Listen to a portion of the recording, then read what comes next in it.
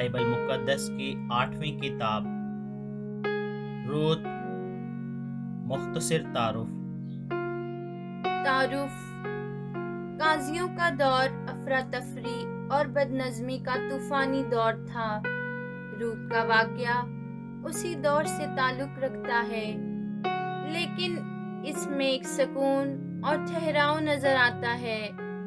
روت ایک موابی عورت تھی جسے ایک اسرائیلی مرد نے بیاہ لیا تھا۔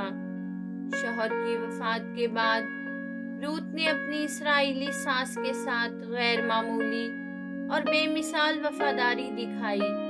نہ صرف یہ بلکہ اس نے اسرائیل کے خدا سے بھی مثالی لگاؤ قائم کیا اور زندگی بھر اس کی اطاعت اور عبادت کرتی رہی۔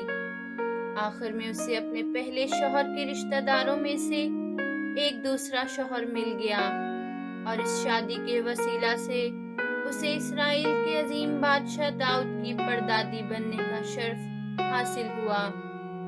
قضات کی کتاب کے واقعات اس مصیبت اور تباہی کے مظہر ہیں جو خدا کے لوگوں پر اس وقت آتی تھی جب وہ نافرمان ہو کر اس سے دور ہٹ جاتے تھے۔